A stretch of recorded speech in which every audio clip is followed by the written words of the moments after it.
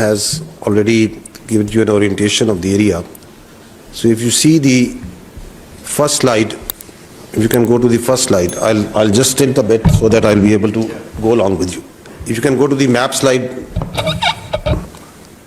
If you see, this is the if this is the crow distance from the Badori Bulge at the place, it is approximately 100 kilometers.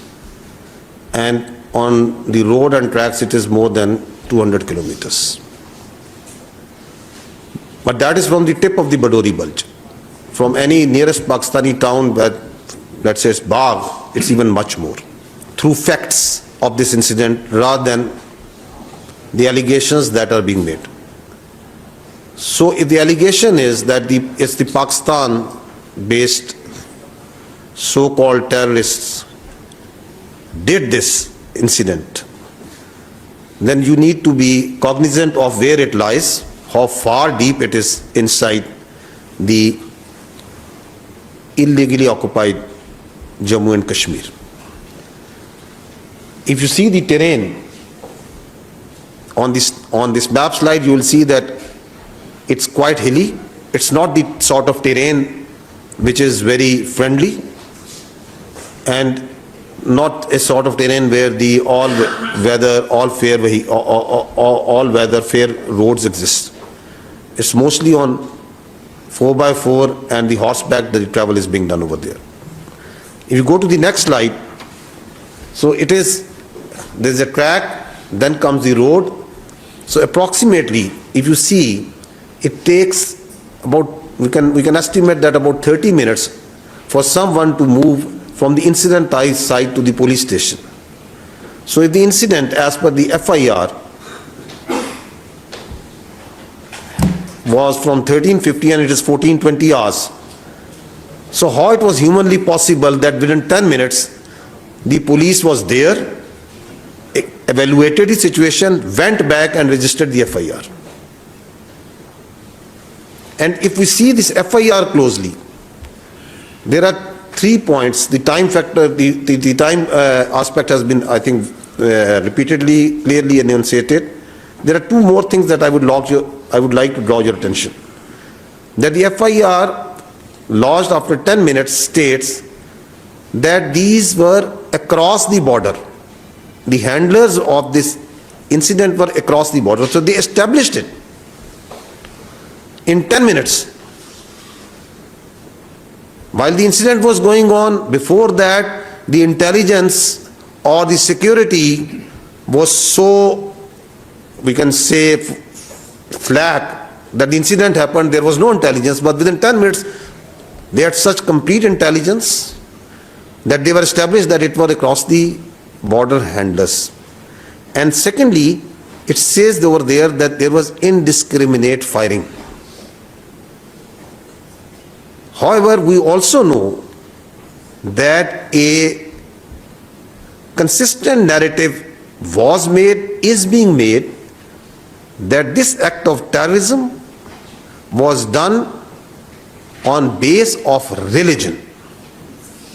That the Muslims, that it was the segregation was done and Hindus were killed.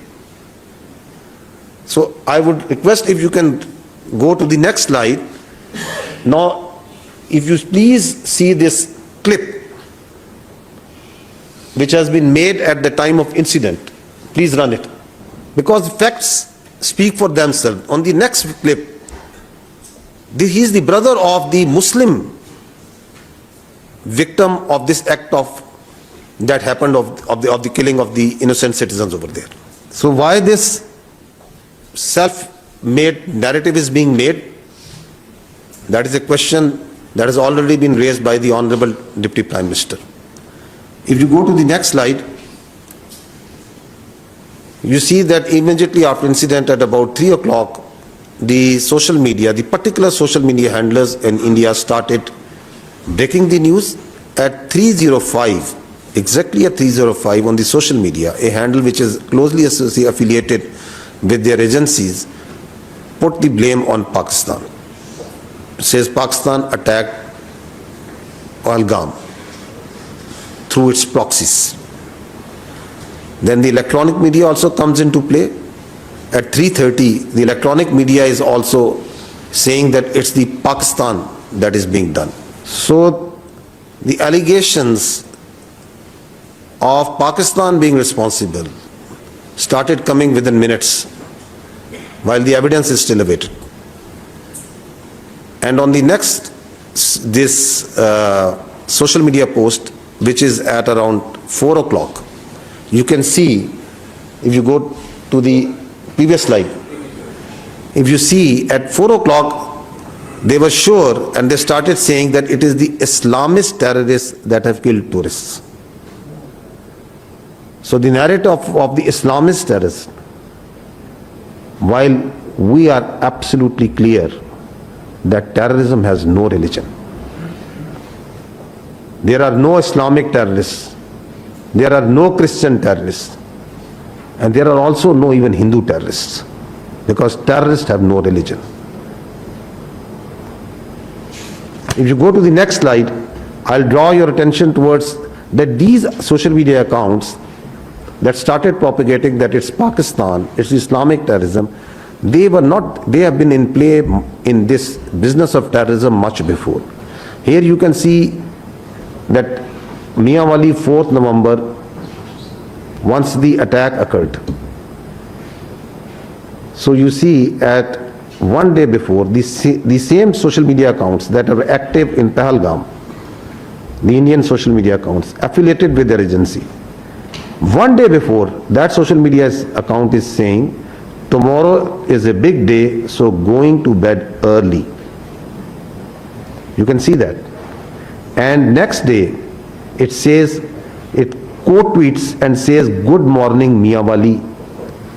And there we see the Mianwali terror incident being done by the Fitna al-Khawarij.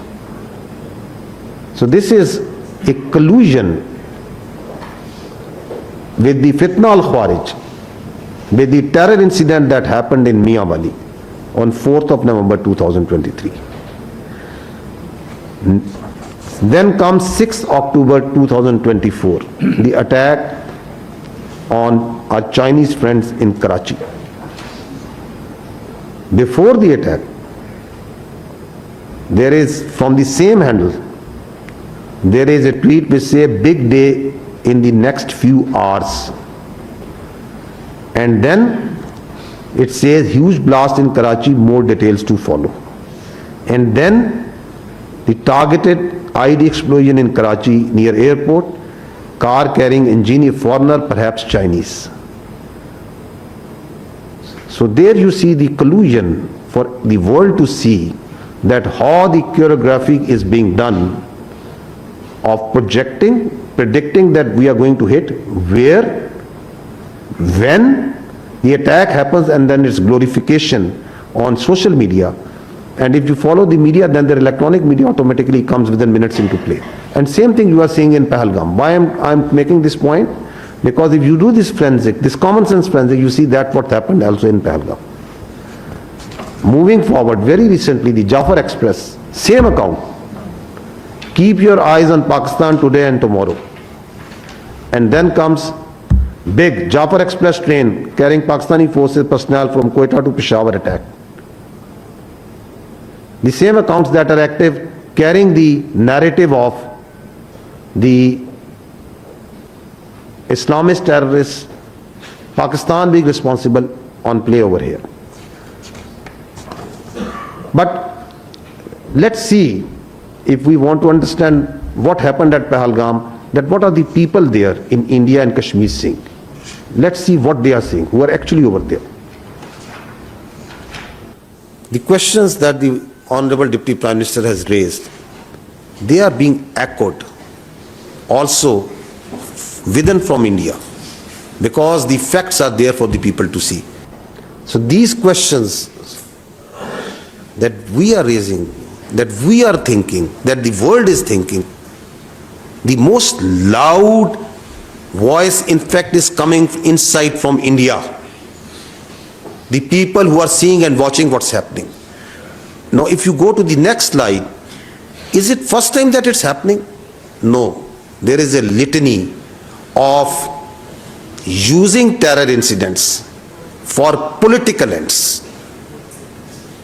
This is important, that these terror incidents have an objective, a political objective. We saw last time in case of Pulwama that how the terror incident in February was used for a political objective for change of status of Kashmir.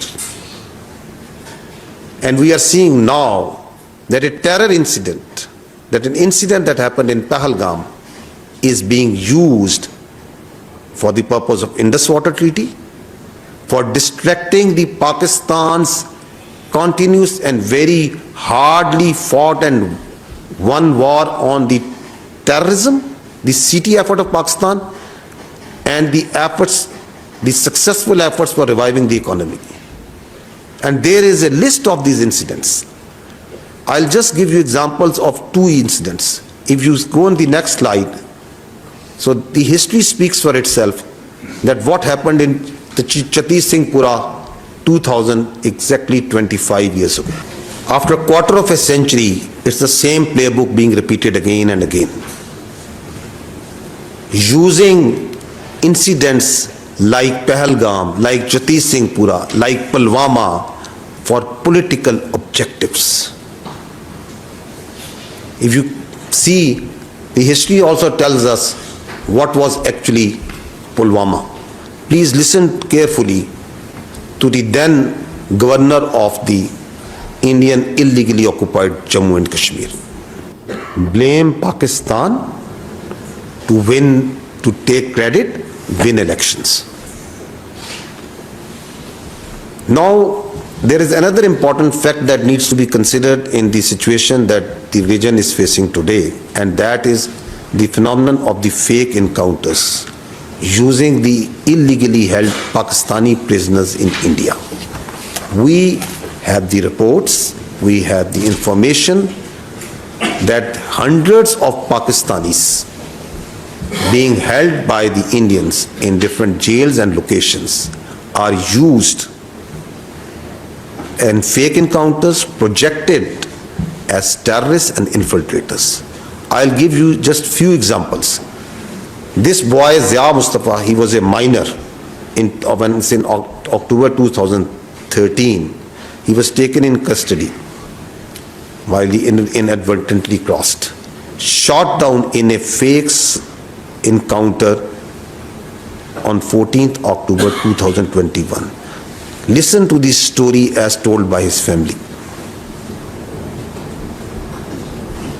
I will now give you two very recent examples post Pahalgam incident.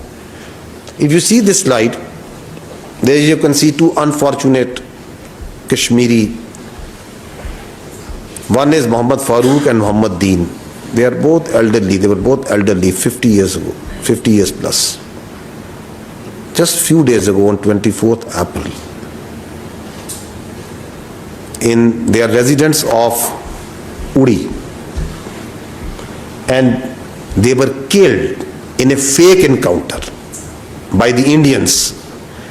If you see the dead bodies, that the Indians showed that they are infiltrators. The Muhammad Farooq, he is wearing joggers. His clothes are absolutely clean. And what they have put beside, after killing him, beside him is a pistol. Is this the infiltrator where there is infested with regular forces going to take on a regular army, and those security forces wearing joggers and a pistol that they planted along with his body? On the other side, look at the shoes. He's wearing mukeshan, shining shoes. You kill innocent, you plant evidence on them, and then you call them infiltrators? And what are these village people telling? That are they terrorists? Are they infiltrators? Listen to them. This is what they are trying to fabricate even after post-Pahalgam, that the Pakistan is sending infiltrators and terrorists. You kill innocent people yourself. You plant weapons, and then you claim them as infiltrators. You claim them that the Pakistani security forces have sent them. ask yourself that who is doing state-sponsored terrorism over here. Next example. This is 23rd April, just few days ago, a fake encounter that happened in Kupwara. Please hold your breath and see what they do once they are planting, once they are making their bodies, how they mutilate those bodies. These are soldiers of a professional army. Hacking the head of a body of an innocent person and showing that these are the terrorists. This happened on 23rd of April in Kupwara. And that's why if you go to the next slide, once you keep on seeing on the Indian media and their so-called evidence that this person has been found and this person has been found, from where are these persons coming? These are these Pakistani citizens, the Kashmiri citizens, who are held in different jails, in different locations. Like that poor boy Zia Mustafa and many other incidents that are on record, who are brought out of the jails, killed in fake encounters, tortured, forced to give confessional statements, posed as terrorists. This is the facts, this is the reality of what's going on behind all these incidents. Next, I would like to say few words and take a few minutes on the state-sponsored, the Indian-sponsored and abetted terrorism in Pakistan. Let's start with what the Indians themselves say about it. The leaders of multiple terrorist groups operating in Balochistan, who having after surrendered, are revealing in detail that how they were funded, they were helped, and how their sponsorship was done by India. In the next slide you can see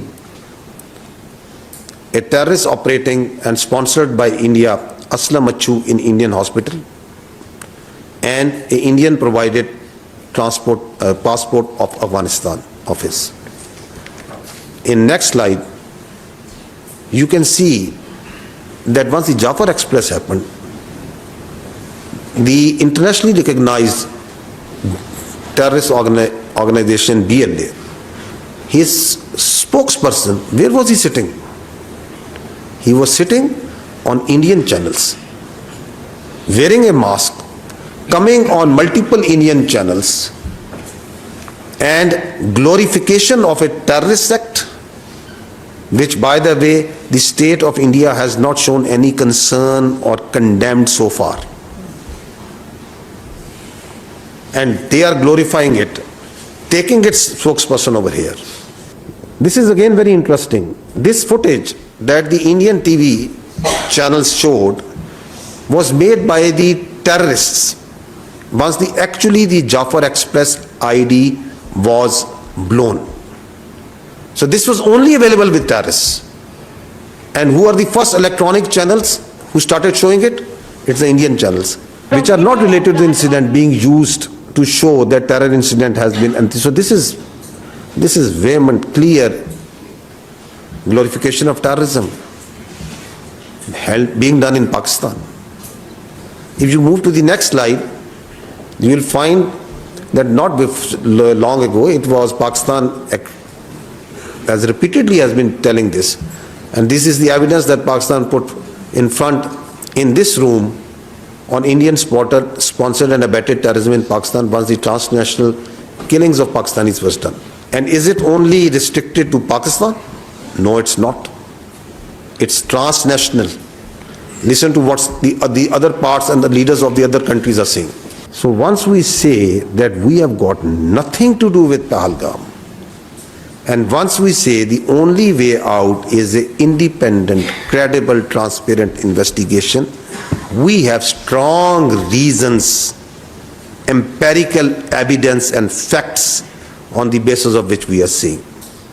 Now, see, if you come to the next slide, if you remember that once the National Security Council issued its declaration on 24th April, it clearly said that Indian attempts to inject volatility in the environment along Pakistan's eastern border is aimed at distracting Pakistan's counter-terrorism efforts.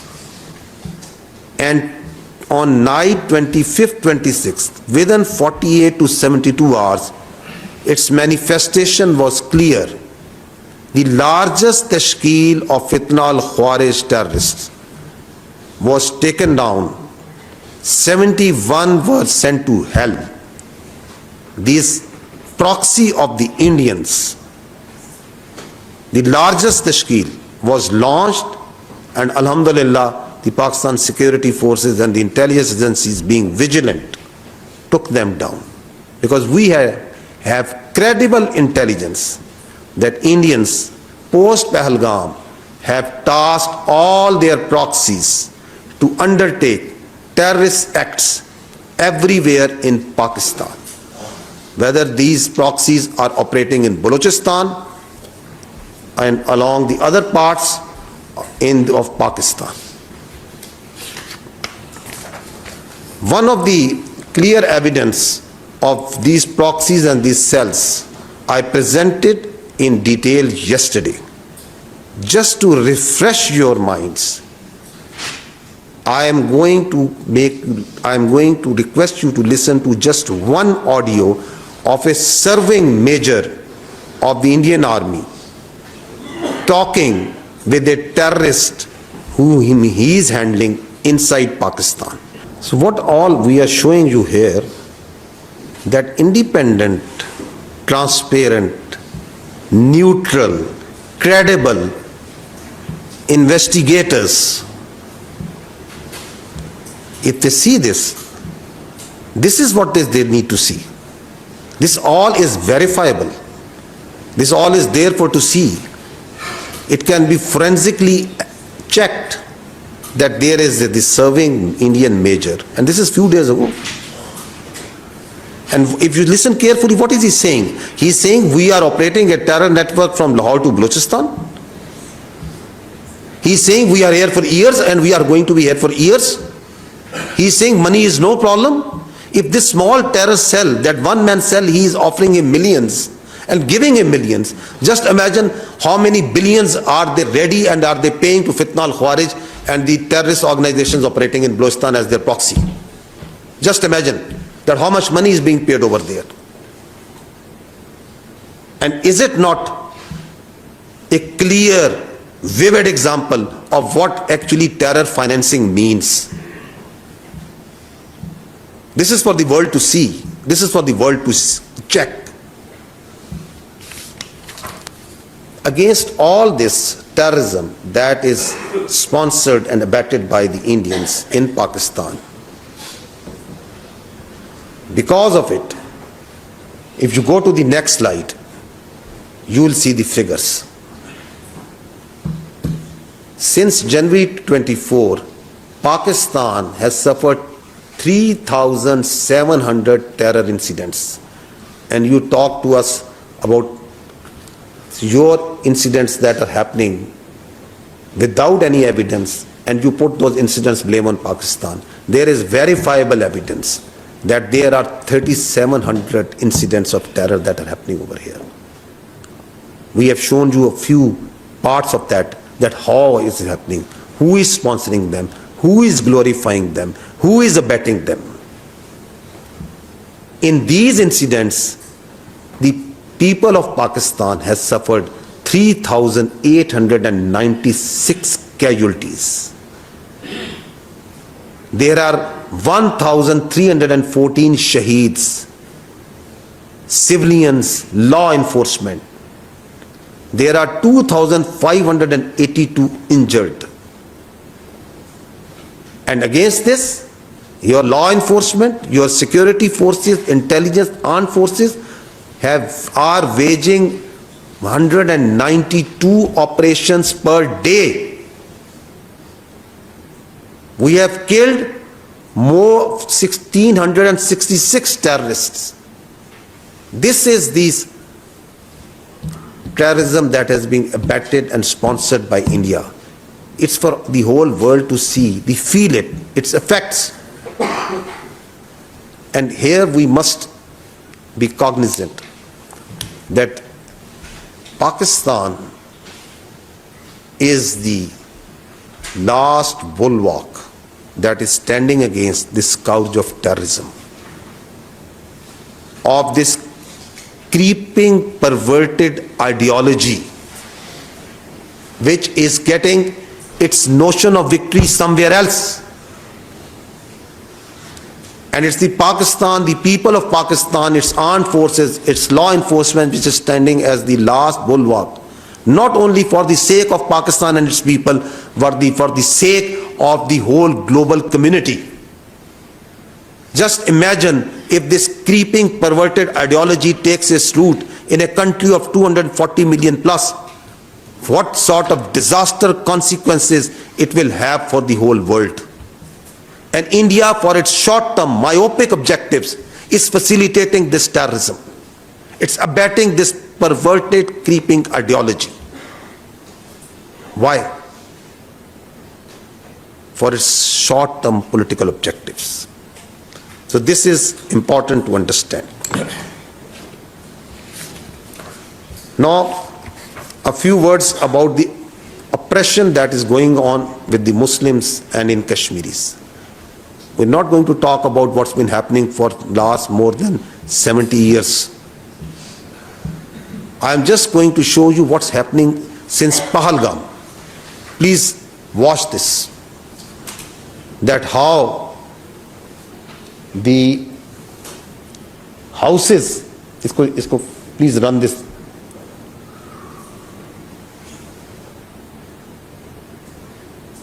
That how the houses are being bulldozed, blasted.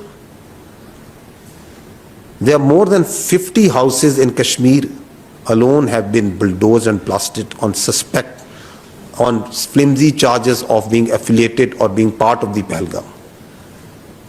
More than 2,000 people have been taken into custody. Thousands are being harassed. This is what's happening right now. I talked earlier that there is a planned and choreographed campaign of Islamist terrorism, but the facts speak differently. This is what some sane people are saying, that the tourists who came in taxis belonging to Muslims, they stayed in hotels owned by Muslims, they ate food cooked by Muslims, they rode ponies owned by Muslims, they did trekking guided by Muslims. When terrorists started their attack, they were covered and protected by Muslims. The first person to die defending was a Muslim, and you heard his brother. Did you not hear his brother? The first person who died protecting those tourists. I'm trying to make you understand that what these saner people over there, they are saying they were the first who came to help for Muslims. The pony owners, the riders, the pillowback riders, first aid and rescue was done by Muslims. Ambulances were driven by Muslims.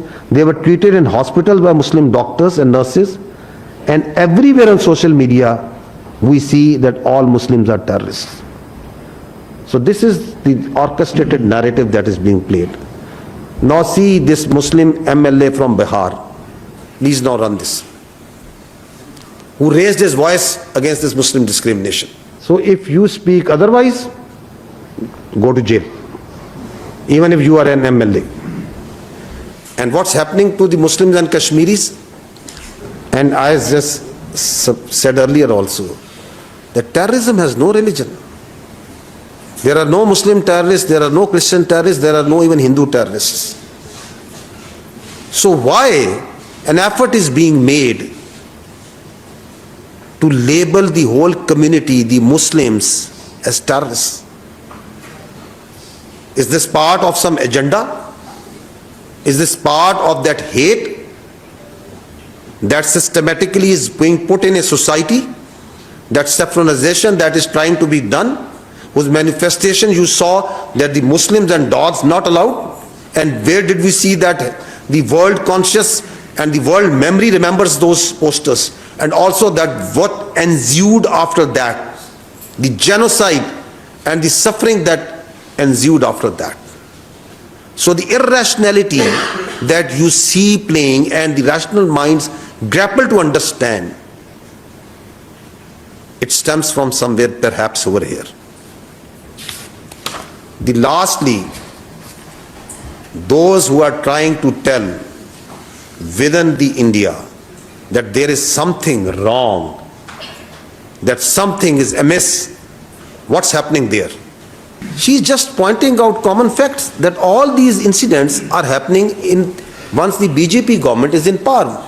She's trying to just connect the dots, and there you go, and the big law, hand of the law comes. And what they are trying to do for the voices that are coming from outside the world, if you go to the next slide, what's happening outside? They have blocked all digital YouTube, digital news channels of Pakistan, so that the voice of Pakistan of fact and reason, explaining what's happening, what are the actual facts, doesn't go to its citizens. They are blocking all websites, X handles, other handles who are talking about facts. This is what's right now happening on hourly basis. Why they are stifling it? Because they are afraid of truth. They don't want to face the reality. Lastly, I would just say that this tells us something very important, that what the Indians are trying to do is that there is a process of internalization of their external problems and externalization of their internal problems. Kashmir is an external problem, and they are internalizing it. Terrorism, extremism is an internal problem of India. Instead of handling it, instead of addressing it, they are externalizing it. This cycle is manifesting itself also in this Pahalgam incident.